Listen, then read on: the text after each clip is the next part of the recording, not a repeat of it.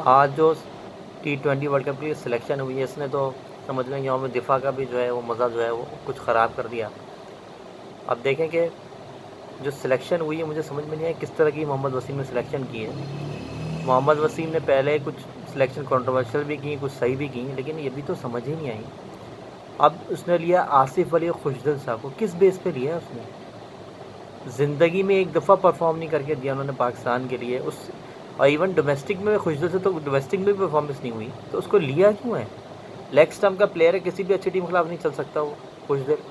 अगर उसको बस वैरायटी होती शॉट की, चलो भाई फिर भी समझ आता है, कुछ फॉर्म नहीं है, कुछ नहीं, वो तो प्लेयर ही उस लिहाज से नहीं उसने परफॉर्म करके दिया, एक दफ़ा नहीं परफॉर्म किया है। आसिफ अली के बारे में जितना भी कहा जाए कम है, वो डोमेस्टिक का प्लेयर है, सिर्फ लिमिटेड शॉट्स यानी कि वो खेल के आउट हो जाता है, वो मतलब वो प्लेयर ही नहीं है वर्ल्ड कप के लिहाज से यार। वर्ल्ड कप जहाँ लोग तैयारी करके आएंगे वहाँ इन लोगों को सिलेक्ट कर लिया, जहाँ पे जो है वो ये आम पाकिस्तान के लिए जब खेल रहे थे तब परफॉर्म नहीं कर सके। अच्छा, उसके बाद उन्होंने आज़म खान को लिया। आज़म खान की परफॉर्मेंस मुझे समझ में नहीं आई अभी तक। उससे बेहतर तो शायद सरफराज ही होता मेरी नज़र में। तो क्या आज़म खान की परफॉर्मेंस है अभी? ना डोमेस्टिक में उसने कोई बड़ी इनिंग खेली है, ना वो कोई फिटनेस उसकी ऐसी नज़र आती है, मतलब उसको लिया क्यों मुझे समझ में नहीं आया। तो मिडिल ऑर्डर तो पाकिस्तान का इतना वीक और बेकार है कि समझ लीजिए वो एक हवा का झोंका भी जो है ना ज़्यादा होगा इनके लिए इसको गिराना। ठीक है भाई।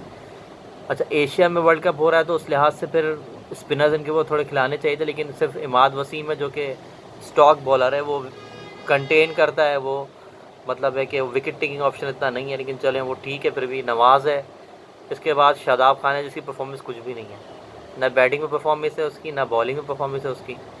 हारिस रऊफ़ को क्यों खिला रहे हैं मुझे आज तक समझ में नहीं आया। उसकी जगह पर पीछे कोई तैयारी नहीं किया गया। हारिस रऊफ़ की परफॉर्मेंस है क्या? इतने रन देता है वो, उसका अब इकॉनमी जाके देखें कितना है। इतने 40-40 रन दे के 1 विकेट 2 विकेट लेना कौन सी बड़ी बात है भाई? आपने विकेट कितनी 2 विकेट लिए हैं और आपने रन इतने ज़्यादा दिए हैं।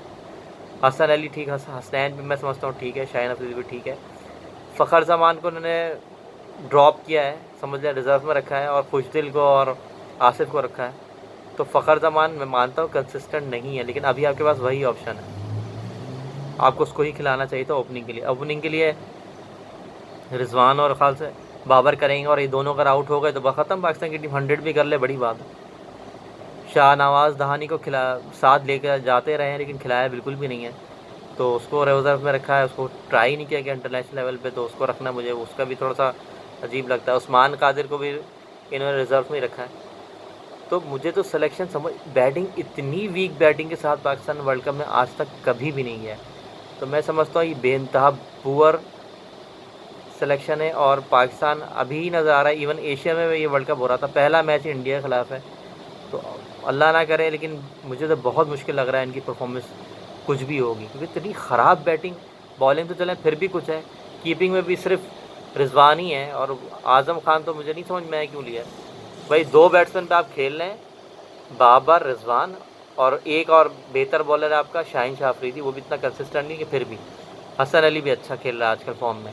इसके अलावा तो बैटिंग तो है ही नहीं आपकी, बॉलिंग फिर भी कुछ है, लेकिन मिडल ऑर्डर तक तो एकदम ज़ीरो है। तो मुझे तो ये टीम परफॉर्मेंस लगती हुई नज़र नहीं आ रही कि होगी पाकिस्तान की। अल्लाह हाफिज़, थैंक यू।